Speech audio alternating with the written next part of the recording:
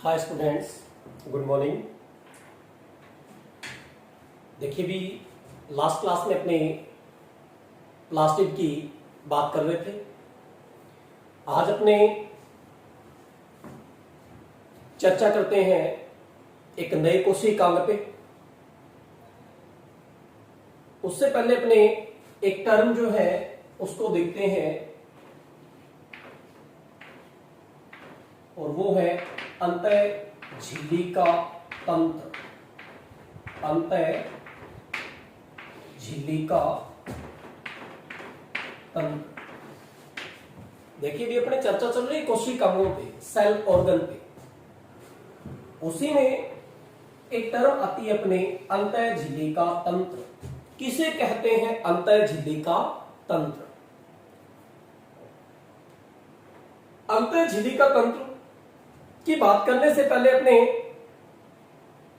जो topic start कर रखा है वो पढ़ रहे अपने सेल ऑर्गन, कोशिका।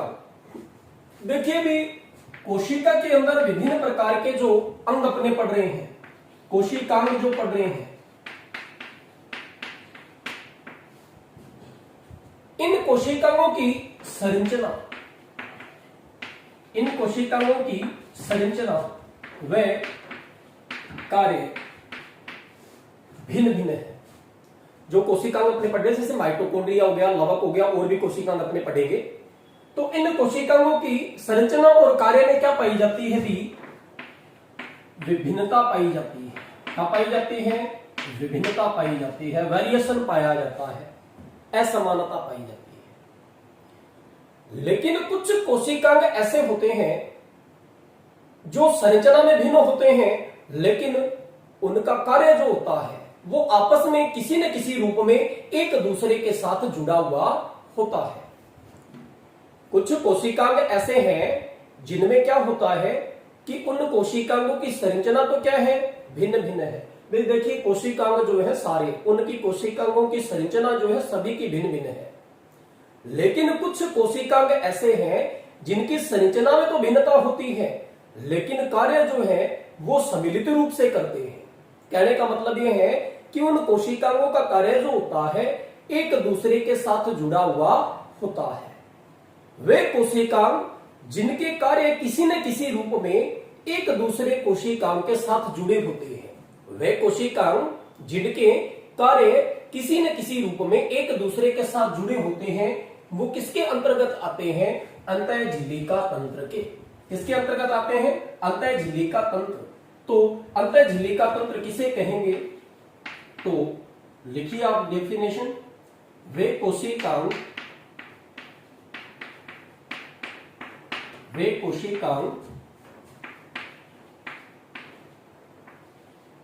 जिनके कार्य किसी न किसी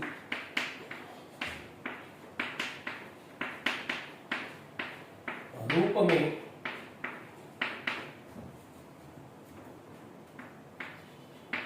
दूसरे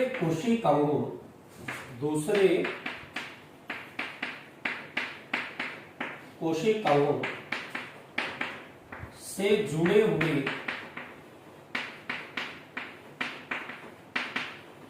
होते हैं, क्या कहलाते हैं भी? अंतःझिल्लिका तंत्र कहलाते हैं। क्या कहलाते हैं? किसके अंतर्गत आते हैं वो? अंतःझिल्लिका तंत्र। जैसे अंतःपर्दवी जालिका ईया, गोल्जी बॉडी,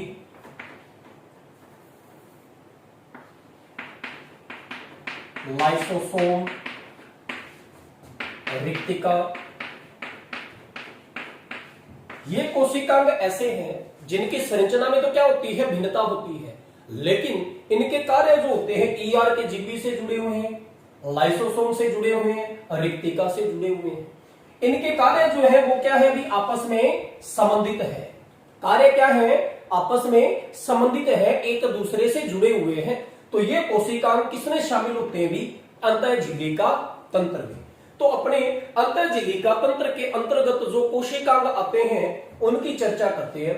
सबसे पहले अपने अंतःझिल्लिका तंत्र में से जो कोशिकांग पढ़ रहे हैं वो है भी अपना अंतःपर्दवी जालिका।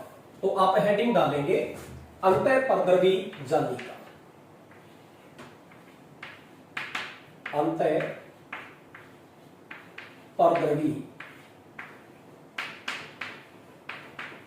जालिका, या इसे कहते हैं एंडोप्लाज्मिक रेटिकुलम, एंडोप्लाज्मिक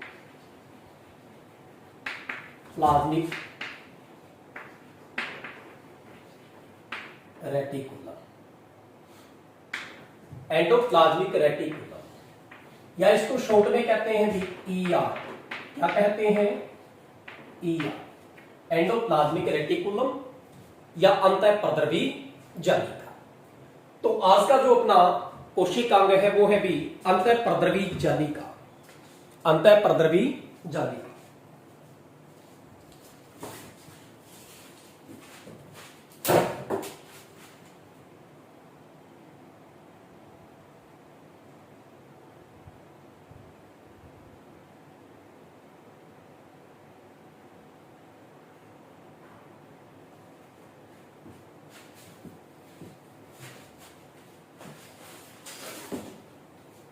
देखिए भी अंतःपरद्रवी जालिका जो है, इसके अंदर अपने बात करें सबसे पहले खोज की अपने बात करें तो अंतःपरद्रवी जालिका की खोज की थी भी गार्नियर ने। किसने की थी? गार्नियर ने। अंतःपरद्रवी जालिका जो है इसकी खोज किसने की थी भी? गार्नियर ने की थी। किसने की थी? गार्नियर ने। इसके बाद एक वैज्ञानिक जिनका नाम है भी कीथ पोर्टर। क्या है भी? Keith porter. कीथ पोर्टर जो है और इनके साथी वैज्ञानिक जो थे, इन्होंने अंतःपरद्रवी जालिका है इसको देखा, इसकी संरचना को देखा और बताया कि ये कोशिका द्रव्य में, किसमें भी? कोशिका द्रव्य में पाई जाने वाली जालनुमा संरचना है। कैसी संरचना है? जालनुमा संरचना। खोज तो किसने की भी? गार्नियर ने। इसके बाद कीथ पोर्टर ने क्या बताया कि अंतःपरद्रवी जालिका केंद्रक झिल्ली और कोशिका झिल्ली, जैसे ये सेल हो गई, क्या होगी भी? सेल। अपने डायग्राम बनाएंगे बाद में। ये सेल का क्या हो गया? न्यूक्लियस। सेल के न्यूक्लियस की जो मेम्ब्रेन है, यानी न्यूक्लियर मेम्ब्रेन, और ये क्या होगी भी? Cell membrane. इनके बीच में इस तरह की जालनुमा संरचना पाई जाती है। क्या पाई जाती है? जालनुमा संरचना। तो कीथ पोर्टर ने क्या बताया कि केंद्रक झिल्ली और कोशिका झिल्ली के बीच में जो जालनुमा संरचना है, ऐसी भी जालनुमा संरचना, इस संरचना को इन्होंने, अब देखिए इसकी स्थिति कहां है? एंडोप्लाज्मिक है। कैसी है भी? एंडोप्लाज्मिक। यानी ये क्या है भी? साइटोप्लाज्म है। क्या है भी? साइटोप्लाज्म। उस साइटोप्लाज्म के अंदर स्थिति इसकी, यानी इसकी स्थिति कैसी है? एंडोप्लाज्मिक। तो एंडोप्लाज्मिक स्थिति के कारण कीथ पोर्टर ने इसे क्या नाम दिया? Endoplasmic reticulum. खोज तो किसने की? गार्नियर ने। नाम किसने दिया? कीथ पोर्टर ने। क्या नाम दिया? Endoplasmic reticulum. क्यों दिया? इसका भी कारण आपको मालूम है कि इसकी स्थिति, ईआर की स्थिति कहां है भी? एंडोप्लाज्मिक है, कोशिका द्रव्य में है, यानी कोशिका द्रव्य के अंदर स्थिति होने के कारण इसको क्या कह दिया? एंडोप्लाज्मिक रेटिकुलम, यानी जालिका। यानी साइटोप्लाज्म में जो ये जाल जैसी संरचना है, ये क्या कहलाती है? अंतःपरद्रवी जालिका या एंडोप्लाज्मिक रेटिकुलम। और ये नाम किसने दिया भी? कीथ पोर्टर ने। इतनी जानकारी आपको ध्यान में रखनी है। ईआर जो है इसकी संरचना की अपनी बात करें, ईआर की संरचना की बात करें तो संरचना इसकी कैसी होती है? तो आप डायग्राम बनाए इसकी संरचना का। ये अपन मान लेते हैं न्यूक्लियस है। क्या है भी? न्यूक्लियस, केंद्र। ये क्या है भी? केंद्रक है। ये केंद्रक झिल्ली होगी। केंद्रक भी दोहरी झिल्ली युक्त संरचना है। कैसी संरचना है? दोहरी झिल्ली युक्त संरचना है।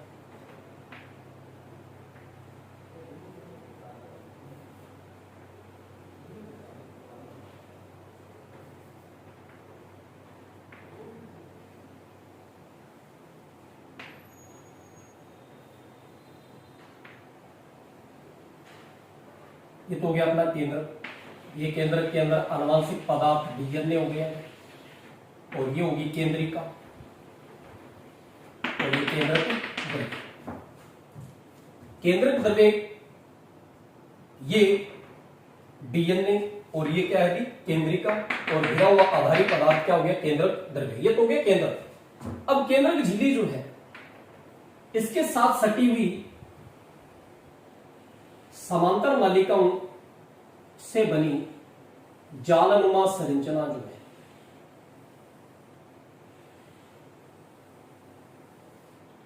क्या होती है, ईआर, अंतःप्रद्रवी जालिका।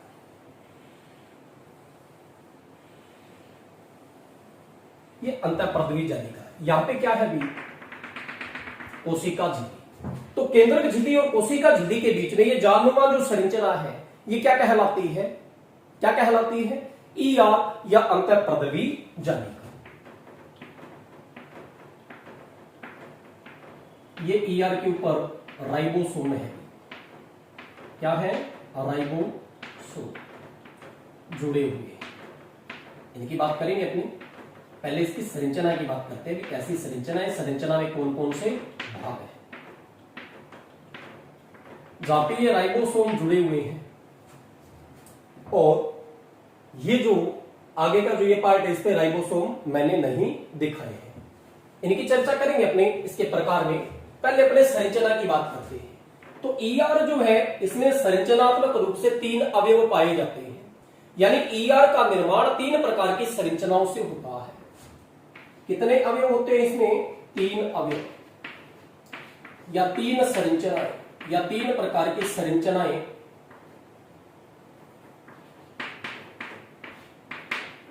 मिलकर क्या बनाती है, भी ईआर बनाती है। क्या बनाती है, ईआर या अंतःप्रद्रवी जालिका का निर्माण करती है। ईआर की संरचना में 3 अवयव या 3 एलिमेंट्स या 3 संरचनाएं होती है जो मिलकर के क्या बनाती है, भी ईआर बनाती है। ये संरचनाएं कौन कौन सी है, सबसे पहला नाम लिखेंगे अपने, सिस्टर्नी या कुंडिका। सिस्टर्नी या इनको क्या कहते हैं, कुंडिका, सिस्टर्नी या कुंडिका, सिस्टर्नी या कुंडिका। देखिए भी सिस्टर्नी या कुंडिका जो है ये 40 से 50 मिनट, कितनी भी 40 से 50 ml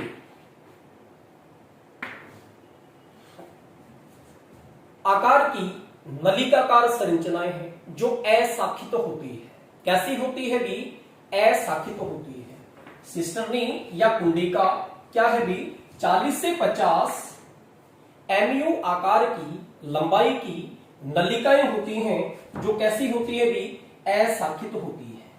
कैसी होती हैं, अशाखित, यानी किस तरह की ये नलिकाएं होती हैं जो कैसी है भी, अशाखित।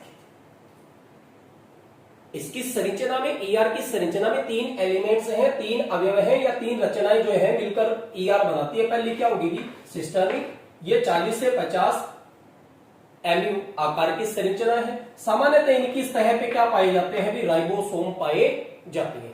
क्या पाए जाते हैं, राइबोसोम। दूसरी संरचना है भी पुट्टिका या वेसिकल, पुट्टिका या वेसिकल, या इन्हें थैलीनुमा कहते हैं।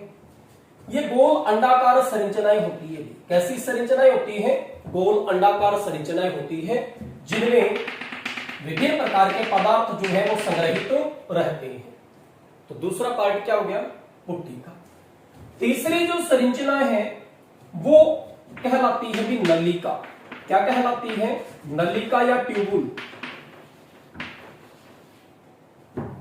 नलिका या ट्यूबुल्स। नलिका या ट्यूबुल्स भी 50 से लेकर 100 MU आकार की, 50 से 100 MU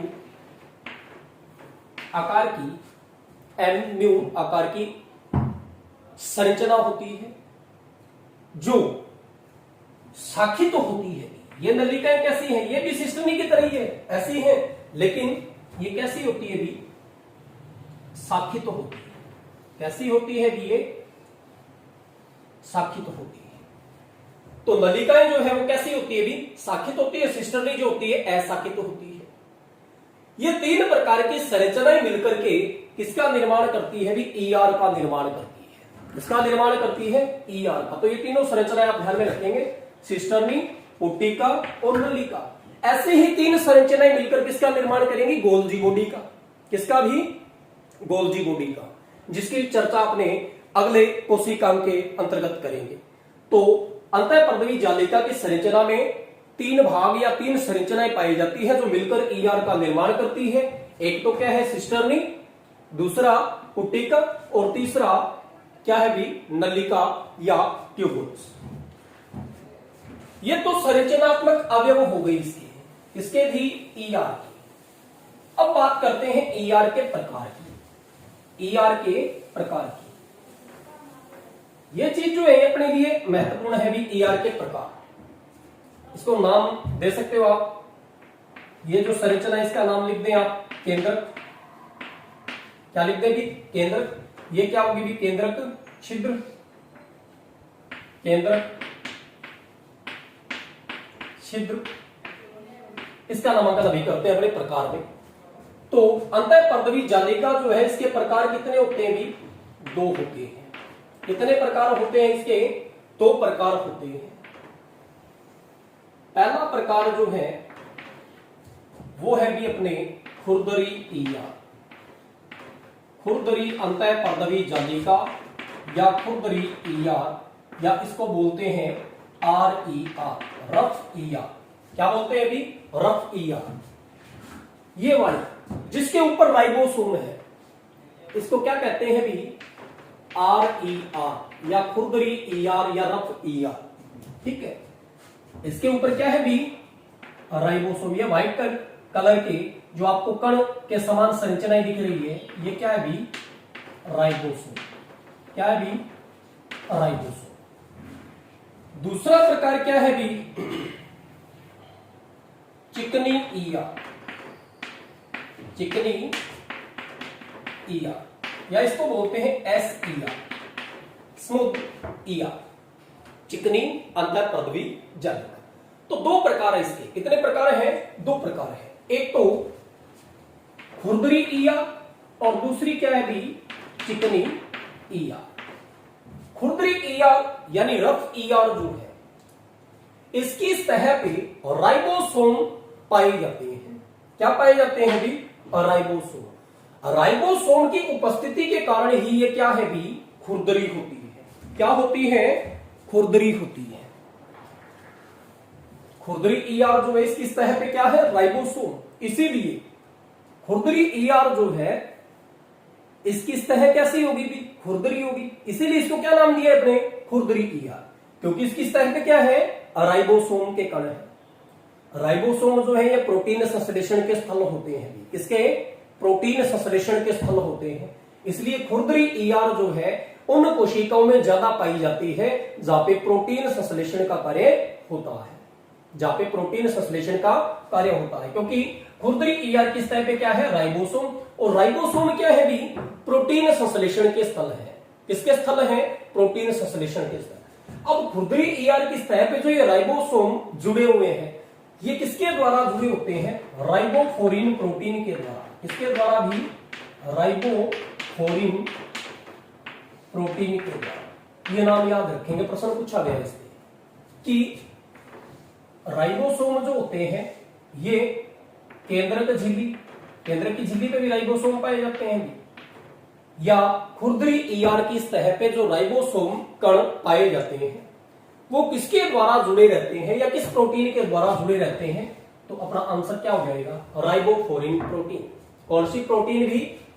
राइबोफ्लोरिन प्रोटीन, इसके द्वारा ये जुड़े रहते हैं।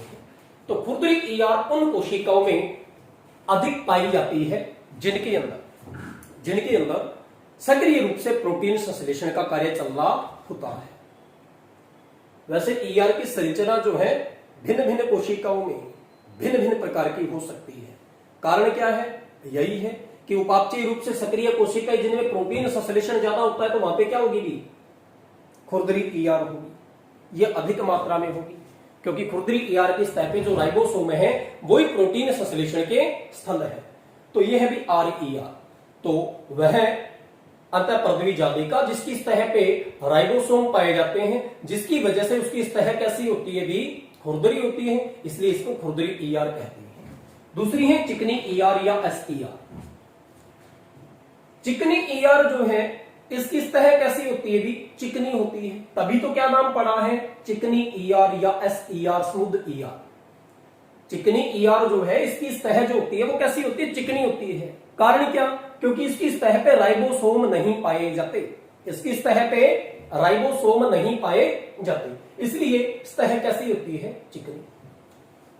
चिकनी ईआर जो है इसके अंदर चिकनी ईआर के अंदर सामान्यतः किसका निर्माण होता है? विभिन्न प्रकार के जो स्त्रावी पदार्थ है, यानी जो स्त्रावी कोशिकाएं होती है, जो विभिन्न प्रकार के पदार्थों का स्त्रावण करती है, सीक्रेशन करती है, उनमें एसईआर ज्यादा मात्रा में पाई जाती है। क्योंकि एसईआर जो है ये विभिन्न प्रकार के स्टेरॉइड जैसे कोलेस्ट्रॉल है आदि का क्या करती है? संश्लेषण करती है। और जो लाइसोसोम है उसमें जो एंजाइम होते हैं, उनके एंजाइमों का फॉर्मेशन जो होता है वो इन्हीं में होता है, इसमें गोल्जी बॉडीज में। तो यहीं से लाइसोसोम बाहर निकलते हैं भी। ईआर गोल्जी बॉडी जो है ये लाइसोसोम निर्माण का कार्य करते हैं। तो विभिन्न प्रकार के जो पदार्थ हैं जिनका संश्लेषण होता है वो कहां होता है भी? एसईआर में। प्रोटीन का कहां? आरईआर की सतह पे जो राइबोसोम है वहां पे, और अन्य जो सिक्रेटरी मटेरियल है, पदार्थ है, उनका फॉर्मेशन कहां होता है? एसईआर में, चिकनी ईआर। तो ये दो प्रकार हो गए किसके? ईआर की, अंतःपर्दवी जालिका के दो प्रकार हो गए। अब देखो मैंने क्या है ईआर में, ईआर के कार्य, ईआर के कार्य। तो अंतःपर्दवी जालिका जो है इसके कार्य क्या है? सबसे पहला कार्य तो हो गया कि देखिए ये केंद्रक झिल्ली है और यहां पे ये क्या है? कोशिका झिल्ली। तो केंद्रक झिल्ली और कोशिका झिल्ली के बीच में ये जालनुमा संरचना के रूप में पाई जाती है। तो ये कोशिका को यांत्रिक सहारा प्रदान करती है, कोशिका को यांत्रिक सहारा यानी उसका आंतरिक ढांचा तैयार करती है ये ईआर। तो यांत्रिक सहारा प्रदान करने का कार्य करती है। दूसरा देखिए कि केंद्रक जो है उसके छिद्र के साथ ही जुड़ी हुई है। यहां क्या है? कोशिका झिल्ली। तो पदार्थ जो है उनके आदान प्रदान के लिए मार्ग प्रदान करती है। ईआर जो होती है ये पदार्थों के आदान प्रदान के लिए मार्ग प्रदान करती है। तीसरा कार्य देखिए, खुरदरी ईआर की सतह पे यानी आरईआर की सतह पर क्या पाए जाते हैं? राइबोसोम पाए जाते हैं जिन पर प्रोटीन संश्लेषण होता है, जिन पर क्या होता है भी? प्रोटीन संश्लेषण होता है। आरईआर की सतह पे क्या पाए जाते हैं? राइबोसोम, जिन पर क्या होता है? प्रोटीन का संश्लेषण। एसईआर यानी चिकनी ईआर में कोलेस्ट्रॉल है, एंजाइम है, यानी कि स्टेरॉइड जो है, स्टेरॉइड का संश्लेषण होता है। एसईआर में स्टेरॉइड का संश्लेषण होता है। इसके अलावा ईआर की बात करें तो ईआर जो है आपने कोशिका भित्ति पढ़ी थी। कोशिका भित्ति में आपने कोशिका भित्ति का निर्माण पढ़ा था, कोशिका भित्ति का निर्माण। तो वहां पे आपने देखा था कि टूटे हुए तर्कु तंतु, टूटी हुई ईआर गोल्जी बॉडीज, ये फ्रेगमोप्लास्ट का निर्माण करते हैं, इसका भी फ्रेगमोप्लास्ट का। तो फ्रेगमोप्लास्ट जो है उसका निर्माण होने के बाद कोशिका के बीचों बीच एक पट्टिका बनती है जिसे सेल प्लेट कहते हैं, फिर मिडिल लेमिला का निर्माण होता है। तो देखिए ईआर जो है ये कोशिका भित्ति निर्माण में सहायता करता है। क्या करता है भी? कोशिका भित्ति निर्माण में सहायता करता है। तो एक कार्य ईआर का ये हो गया कि ये कोशिका भित्ति निर्माण में सहायता करता है। गोल्जी बॉडी में भी यही कार्य आएगा क्योंकि गोल्जी बॉडी भी कोशिका भित्ति निर्माण में भाग लेती है। इसके अलावा अपने एसईआर की बात कर, इसके ईआर के कार्यों की बात करें तो ईआर का एक महत्वपूर्ण कार्य है जो ध्यान में रखेंगे, ये भी प्रश्न के रूप में पूछा गया है, विष निरावकरण। विष निरावकरण या इसको बोलते हैं डिटॉक्सिफिकेशन।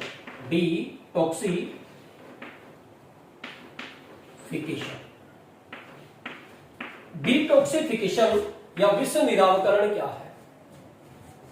देखिए जब कोशिका के अंदर कोई विषैले पदार्थ होते हैं, कोशिका के अंदर कोई विषैले पदार्थ जो होते हैं तो ईआर क्या कर लेती है कि जो ये विषैले पदार्थ है इनके विषैले पदार्थ के विषैले प्रभाव को नष्ट कर देती है, और विषैले प्रभाव को नष्ट करने की क्रिया क्या कहलाती है? विष निरावकरण।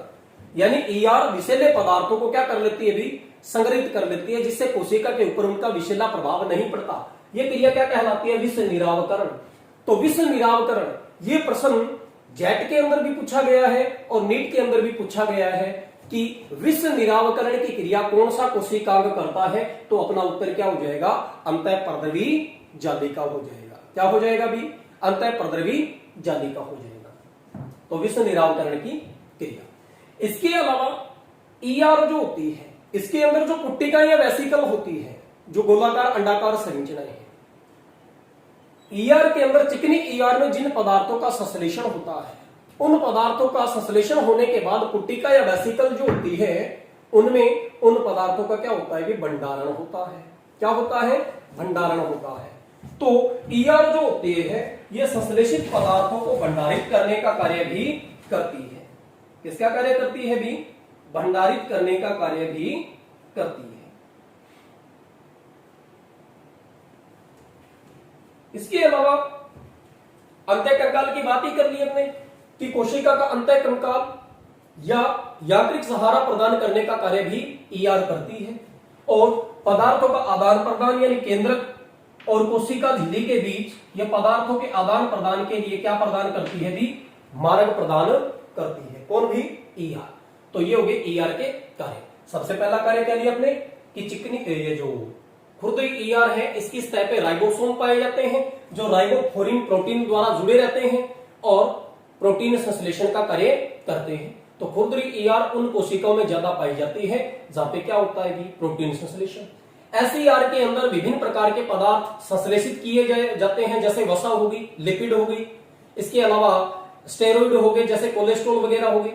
इनका संश्लेषण कहां होता है? एसईआर में, और भंडारण कहां होता है? ईआर की जो वेसिकल है उनके अंदर। तो सिक्रेटरी कोशिकाएं जो है, स्त्रावी प्रकार की कोशिकाएं हैं, उनमें एसईआर अधिक मात्रा में पाए जाते हैं। इसके अलावा कोशिका भित्ति निर्माण में ईआर, गोल्जी बॉडी आदि भाग लेते हैं। तो कोशिका भित्ति निर्माण का कार्य जो है वो भी इसके द्वारा संपादित किया जाता है।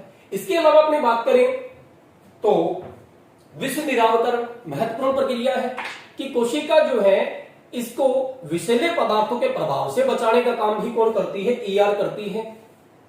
इस क्रिया को क्या कहते हैं? विष निरावकरण कहते हैं। क्या कहते हैं? विष निरावकरण। केंद्रक और कोशिका झिल्ली के बीच पदार्थों का आदान प्रदान जो है वो ईआर में से ही होता है। किसमें से होता है? ईआर में से।